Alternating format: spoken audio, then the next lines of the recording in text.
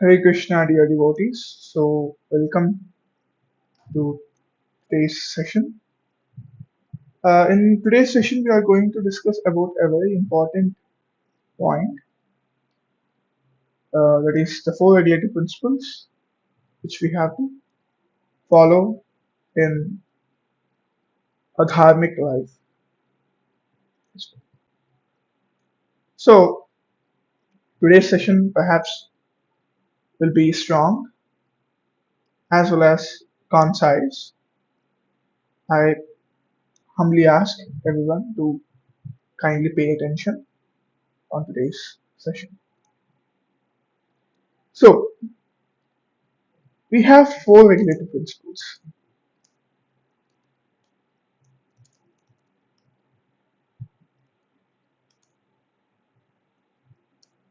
What are these? So, four regulative principles is a word which is a term which we have been listening from so many sessions. I have explained this a lot of times, but not in a detailed manner. So, today we'll completely go through what these four regulative principles are. So, basically, these four regulative principles are like four pillars to lead a dharmic life. What a dharmic life is. So, dharmic life is nothing but a Krishna conscious life, is nothing but a dharmic life. So, this is very important to understand. If one wants to keep the life Krishna conscious, one has to follow a dharmic life. So, basically, dharmic life, if we have to enlarge the term, it goes a lot deeper. But as far as the situation is concerned, first, we can define dharmic life as dharmic life at present condition as sadhana. So what sadhana? Sadhana means practice. Sadhana bhakti. This is very elaborately written in Bhakti Rasamrita Sindhu. So sadhana bhakti. Practicing Krishna bhakti is sadhana bhakti. So we practice Krishna bhakti so that at some point of time will attain pure devotion towards Krishna. So basically, uh, to do sadhana, to do sadhana, one should have purity. What kind of purity? One should be pure outside and inside. So outside in the sense, one should be pure in their bodily context, in their behavior, in their characteristic, and one should be even pure from heart and pure in bhakti also. Of course, the last one, getting pure in bhakti is very difficult, and it is the last stage of bhakti which we call as Shuddhanam. That is very difficult to get, but our human life's goal is to get to the platform of Shuddha Bhakti or Shuddhanam. So, dharmic life enables one to attain purity from interior and exterior. This is very important to understand. Once one follows a dharmic life, they will attain purity from inside the heart, inside the body and outside the body also.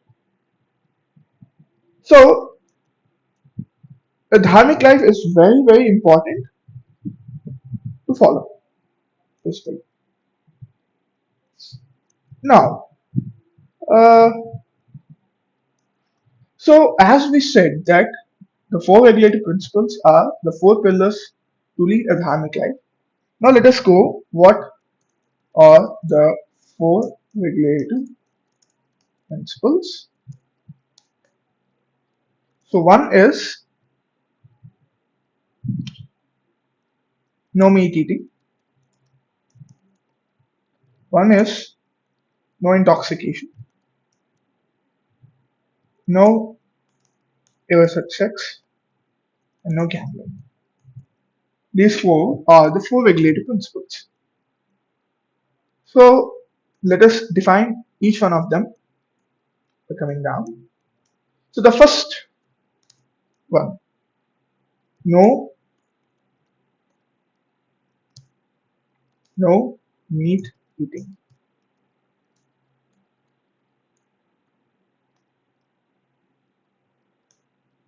So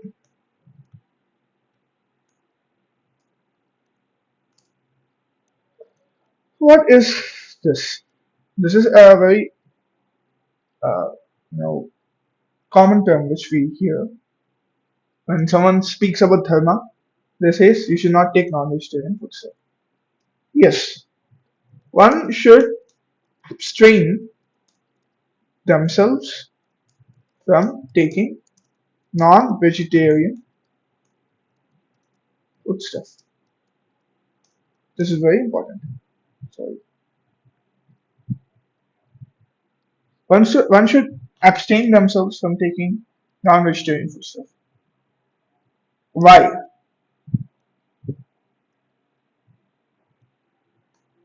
As far as Bhagavatam and Bhagavad Gita are concerned, Krishna takes patram, pushpam, phalam, and toyam. Krishna takes leaves, flowers, fruits, fruits and vegetables, and water. Patram, pushpam, phalam, toyam. Yo me bhaktya prayachati. The two by offering with bhakti. So Krishna takes all these four things that are above mentioned when you offer it with bhakti. And when you offer any of the above mentioned and to Krishna, after Krishna accepts them, they become prasad.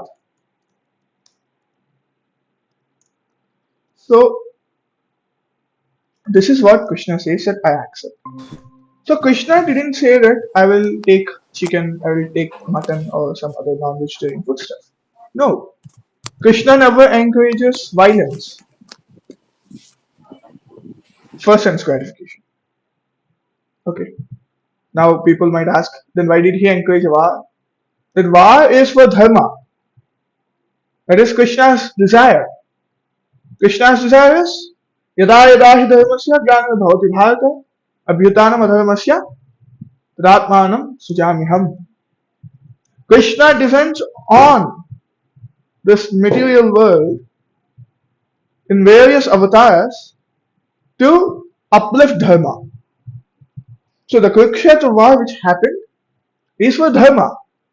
That kind of violence is allowed. That is the Kshatriya dharma. That is the dharma of a ruler. But why do we take non-vegetarian food stuff? That is violence. That is for your tongue. just trying to satisfy your tongue by killing some animals. By killing animals, you are satisfying your senses.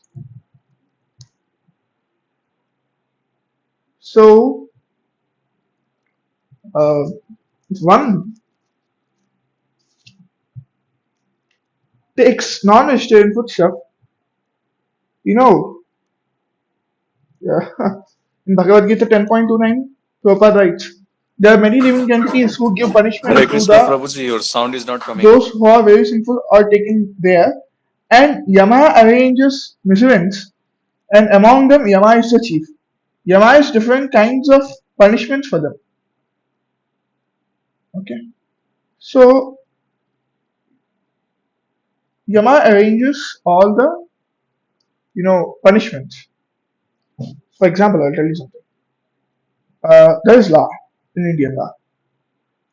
You kill someone, automatically the Indian constitution will apprehend you. Like that, there is a law of nature, and the you know what we call like the judiciary happens in the court of Yama. So Yamaraj, he you know he escorts the punishments for various sins we do in this.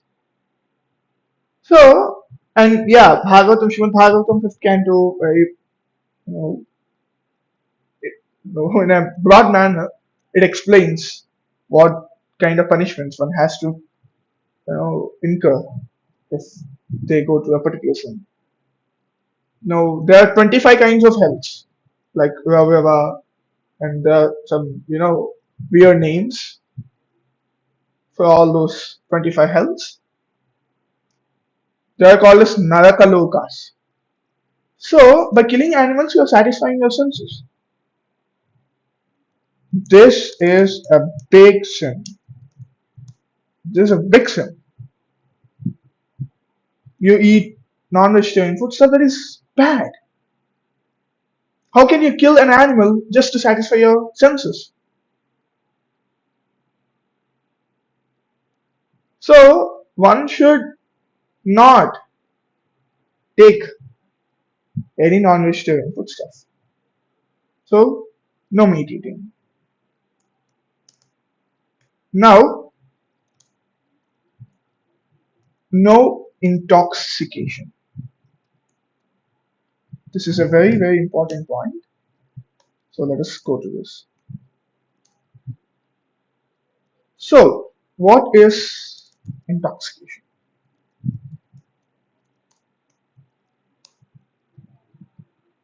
Intoxication can be defined like this: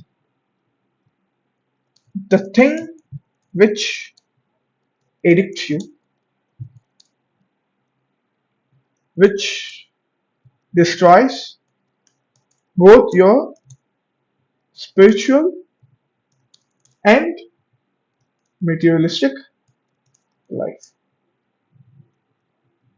So, an intoxicant is something, as far as the English dictionary is also concerned, an intoxicant is something that diverts your mind, that collapses your intelligence, and which addicts you. That is called intoxication. We call that someone's mind is intoxicated. That means that his mind is completely diverted and his intelligence is completely ruined. That is intoxication. So, this is what it is. As far as the Shastras are concerned, uh, alcohol, smoking, drugs like marijuana, LSD, all these are drugs, and um, we have two special entities in this basically. Okay, four special entities which bewilder a lot of people. Okay, we'll go to that and why they are considered as intoxication. We should also go to them: onion, garlic, coffee. and yeah.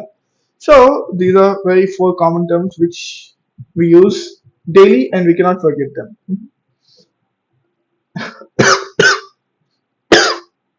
So for a lot of people, they even won't pass if they don't have these four: onion, garlic, coffee, and tea. Why?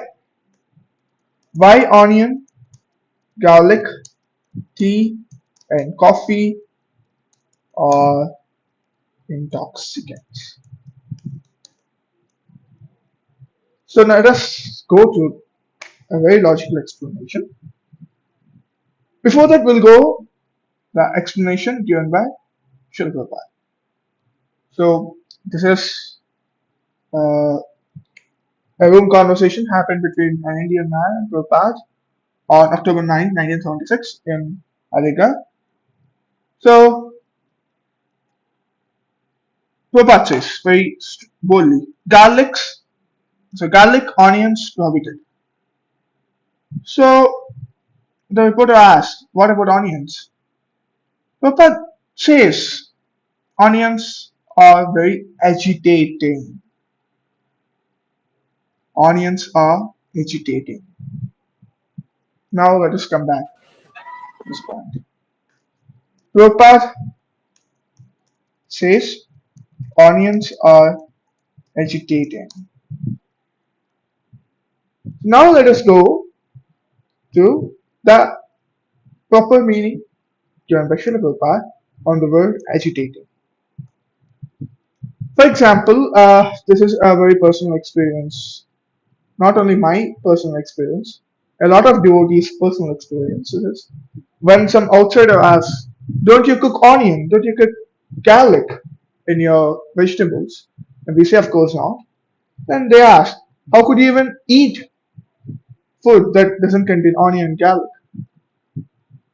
So this is a very, very common question which we face when someone asks like how we eat food without onion and garlic. So to understand a point here, the question itself explains. People ask, how can you eat food without onion and garlic?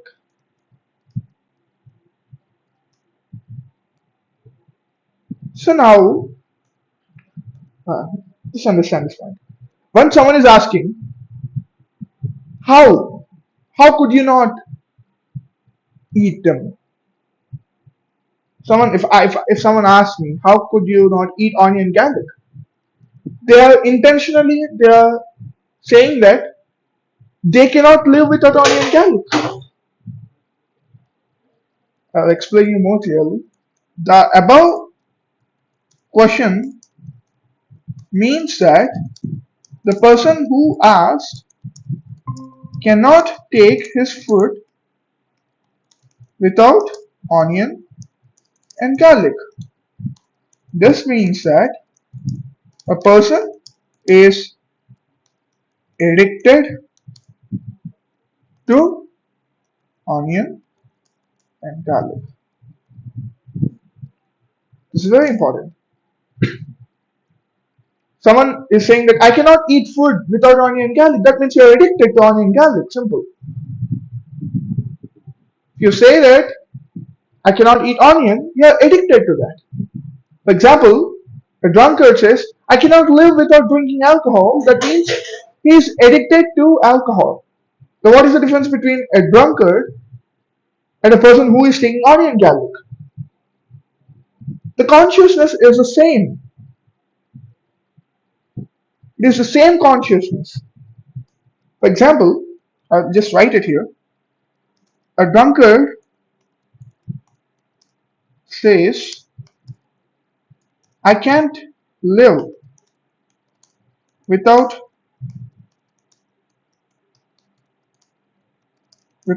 drinking alcohol.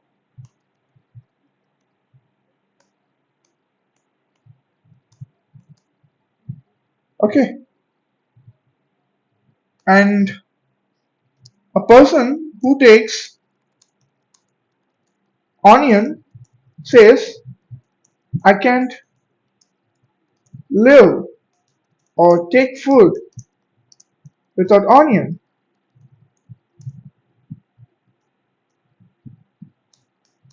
Then, what is the difference between a drunkard and a person who is consuming onion and garlic? There's no difference. The consciousness is the same. The thinking, the mindset is the same. So, that's why onion and garlic ought to habitate in Dharmic life. Because they addict you, as simple as that. Now, what about coffee and tea? They also follow the same application of onion and garlic. Coffee and tea are more addictive than onion and garlic. Sometimes people might leave onion and garlic, but they cannot leave coffee and tea. I've seen so many examples of that inside and outside of the congregation. Yes, coffee and tea are the most addictive because they're Western. People are fond of Western things. They want. So this is about meat eating and intoxication. And in the next session, we'll speak about the other two: no illicit sex and no gambling. The other two, because the next one is the most important to understand, which has a lot of twists and turns. So, one who wants a dharmic life should avoid eating meat, should avoid intoxicants like onion, garlic, coffee, tea, alcohol, smoking, and drugs. And there is another thing. If you are addicted to TV, movies, games, animes, all the other bloody stuff you have, you know, if you're addicted to all these things, these are also intoxicants, as simple as that. So, one has to understand this point very clearly. Anything that addicts your mind, anything that controls your mind is an intoxicant. And an intoxicant is not pure, so once materialistic as well as spiritual. So with this, we'll end the session here. And in the next session, we'll go to no illicit sex and no gambling principles. Hare Krishna, Jagat Guru Shila Prabhupada ki jai, Thai Gaur Hare Hare.